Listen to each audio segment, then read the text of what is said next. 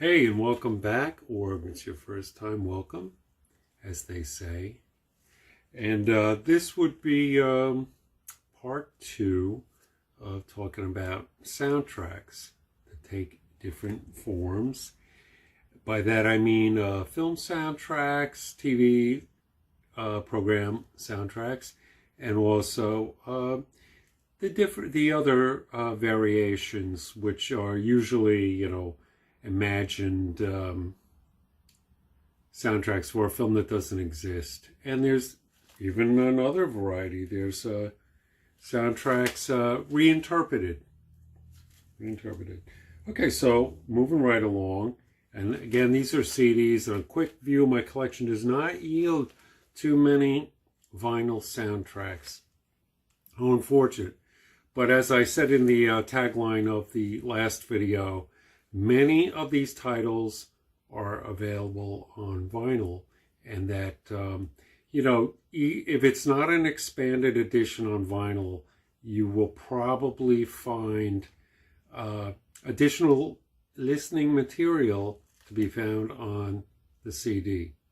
I noticed, this is just a generalization, but I noticed in recent CD reissues of soundtracks, or first time on CD, they've added something like dialogue snippets and alternate takes and maybe an expanded opening theme, closing theme, that kind of thing. But anyway, getting right into our thing here, continuing along. This is the Crépuscule collection called Moving Soundtracks, and it's reinterpretations. I'm not going to read the name of everyone on here, but to me, the main ones that jump out are Blaine Reininger and Stephen Brown of Tuxedo Moon, each doing separate pieces here, as well as a Tuxedo Moon track. And the late, great Snakefinger and the late, great Alan Rankin also make an appearance on here.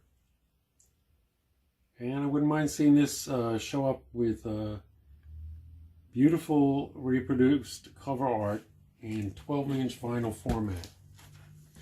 Okay, then we have the soundtrack to the unusually appealing movie Duets with Huey Lewis and Gwyneth Paltrow, and Paul Giamatti is in it, and of course Andre Braugher. And this is a very cool movie, very enjoyable. If you didn't know about Gwyneth Paltrow's singing ability, you're going to be surprised. All right, now this is one of those CDs. This is called Dyed Blonde, D-Y-E-D. And this is Marilyn Monroe and Jayne Mansfield. And this is one of these CDs where the audio quality is not that great. And I think the source material seems to be either from records that they had put out, or lifted directly off the soundtrack of a movie, however it was shown, on VHS, DVD, whatever. This, again, the sound quality is not that great, but the selection is real nice. Kind of equally split between Jayne Mansfield and Marilyn Monroe. Both have charming voices, a lot of real cute stuff, a lot of songs that you're going to recognize. This is the I'm Not There original soundtrack. If you've ever seen that, it's different actors portraying Bob Dylan. For me, the favorite is Cate Blanchett. And it does have a Bob Dylan track. It has Yo La Tengo, John Doe, Richie Havens, Sonic Youth, and on. Worth seeking out.